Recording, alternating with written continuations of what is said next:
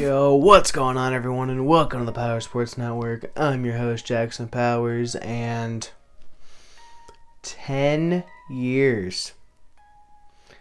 That is how long it's been since the Indianapolis Colts have won in Jacksonville.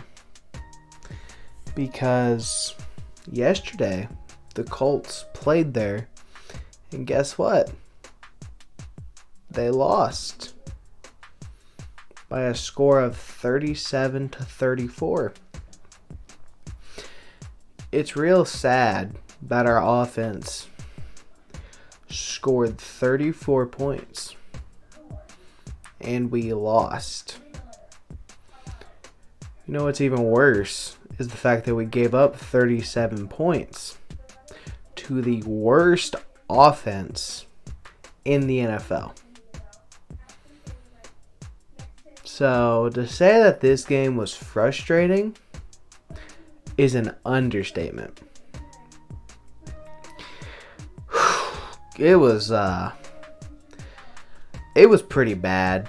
Even though it looked like 37-34, very fun game to watch for everyone who was not a fan of either one of the teams, but as a Colts fan, it wasn't a whole lot of fun. The fourth quarter was kind of fun, but everything besides that was not that fun. If the offense didn't turn up in the fourth quarter, they would have been getting roasted as much as the defense is about to get roasted. So, let's talk about the offense first. So, the offense looked good in the first quarter, and they looked good in the fourth quarter. The other two quarters, not so much. But hey, the offense is not the reason why the Indianapolis Colts lost. I mean, if you put up 34 points in the NFL, you should win, especially when you're playing against the worst offense in the league. But no, we just let them get 37 points. Pretty easily, too. Anyway, I'm not roasting the defense yet. Offense. Joe Flacco, he looked pretty good. He had over 300 yards passing and 3 touchdowns. Alec Pierce had a nice day. He had an incredible fourth quarter. He had 3 catches, all of them in the fourth quarter for over 100 yards, and he had a touchdown that tied the game in the fourth quarter. So Joe Flacco and Alec Pierce worked some magic in the fourth quarter. But the only thing that really gets me is I don't get why we waited till the fourth quarter to start taking deep shots. Because before that, it was dink and dunk, fucking 5-yard checkdowns, little 10-yard passes. But once we started taking shots down the field, the offense started producing. If only we did that earlier in the game, that could have helped out a lot. Hey, it is what it is, though. The offense, they scored 34 points, 24 in the fourth quarter. And they still lost. This game, not on the offense. Even though they struggled for 2 quarters, not really on them. Because, like I said, in the fourth quarter, they really turned it up. Tied the game late. We were down by 14 with 5 minutes left, and we tied the game up with a minute left, and then lost. In regulation, might I add. So, yeah, this isn't a very in-depth recap. I'm just frustrated, honestly. It's been a whole, I'm recording this 10 p.m. on Sunday. So it's been 6 hours since that game went final. And I'm still frustrated about it because it's just 10 years, bruh, since we won a game in Jacksonville. I was fucking 11 years old the last time the Colts won in Jacksonville. I was 11, about to turn 12. Now I'm 21, about to turn 22. And we still haven't won there since then. And it was because of our stupid-ass defense yesterday. And Gus Bradley, what the fuck are you doing? I understand we have injuries, but there is no excuse for what happened yesterday. It don't matter. It's on 2 people. Gus Bradley for shitty play calling, and Chris Ballard for poor roster construction. I knew in the preseason that if we had injuries, we were fucked. And that came to fruition yesterday. We had a lot of key pieces out.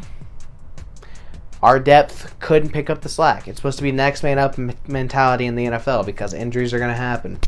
And no one on that defense stepped up. Nick Cross, he had a nice pick. Jalen Jones had a forced fumble. But other than that, dude, they let the worst offense in the league get 37 points. The Jags were 0-4 going into this game. And they looked like their offense looked like the best offense in the league.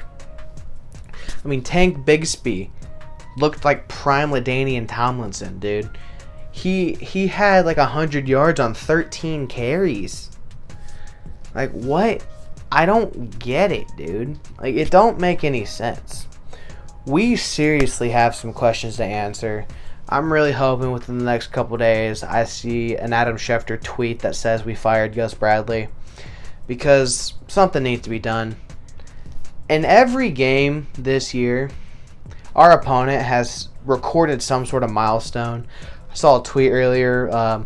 Joe Mixon had his career high in rushing yards week 1. Josh Jacobs had his career high rushing yards week 2. Week 3, Caleb Williams had his career high in passing yards. Week 4, Justin Fields had his career high in passing yards. Week 5, Trevor Lawrence had his career high in passing yards. It's sad that it's to the point where people have their career days against our defense. We just can't let that happen. That's inexcusable, bruh. It's the amount of energy I'm giving you guys right now is the amount of energy our defense gave yesterday. And like I said, I think Gus Bradley needs to be fired. And we really need to talk about Chris Ballard, too. Because Chris Ballard, he's been GM for 7 years now, hasn't won the AFC South one time. Even Ryan Grigson won the AFC South. That should tell you something. Now, I know the AFC South wasn't as strong back then, but still. We've had several chances to win this division. Even going back to last year. We could have won the division last year. That wasn't... Actually, that was because of Gus Bradley. He called that game scared against the Texans last year in Week 18. We win that game. We win the division. We lost it, missed the playoffs. Stupid defense all game. And that's where a lot of us Colts fans were calling for his job, was after that game. But he stuck around. We were like, okay, there's really not a better candidate out there right now. But we need to answer some serious questions about Gus Bradley's defense. He's just so stubborn, and he won't... It's like he can't admit that he's wrong. Because every single game, I watch the same defense. I watch the same soft-ass zone, and I watch the same fucking plays over and over again. And, yeah, when you play zone the entire game, you're gonna get picked apart. I don't know why Gus Bradley don't understand that. I understand. We have injuries. Bring pressure. Take pressure off of your secondary. Blitz. We maybe pressured 4 times. We brought pressure 4 times yesterday. Of course, Trevor Lawrence is gonna pick that defense apart when he has all day to throw. Every quarterback in the league is going to do that. It don't make any sense, dude. And, like I said, Chris Ballard's got some serious questions to answer, too. I think there's a good chance he's gone in the offseason because he just refuses to address all of our problems. And our depth is awful. It's plain and obvious. So... yeah, I know I'm not making a whole lot of sense, but I'm frustrated. I'm irritated. I don't even know anymore with this team. We were riding high off of 2 wins. The Bears game, I think we won that game. Our defense played really well in that game. but Caleb Williams still had his career day passing yards. And then the Steelers game, that was just a fluke. I don't understand what that, because the Bears game, all of our team was healthy in that game. Then against the Steelers, we had a lot of players out, and we somehow still pulled that off. That was a fluke. But this Jacksonville game really showed what our defense is like. And, I think, like I said at the beginning of this, Joe Flacco, he had himself a really good game. I know I'm getting back to the offense now that I'm done talking shit about the defense. Joe Flacco had a really good game. But if the defense is going to continue to play like this all year, we should just start Richardson. Even when he's healthy to come back. There's a lot of people saying we should start Flacco even when Richardson's able to come back. If this is how the defense is going to play, we should just play Richardson. Let him develop. Because if this is the defense we're going to bring on the field, we're not making the playoffs. It's that simple. We're not going to make the playoffs if the defense plays like that every single week. Because even when they're fully healthy, Gus Bradley doesn't know what the fuck he's doing. So, just let Richardson develop at this point. Like I said after week 2 against the Packers, we just need to let Richardson develop and play, keep him healthy, and then don't try to win games. Because obviously, I don't think we're in a situation to do that right now. Unless Gus Bradley gets fired, that's the only way I see it happening. But even if he gets fired, who is going to take over the DC role?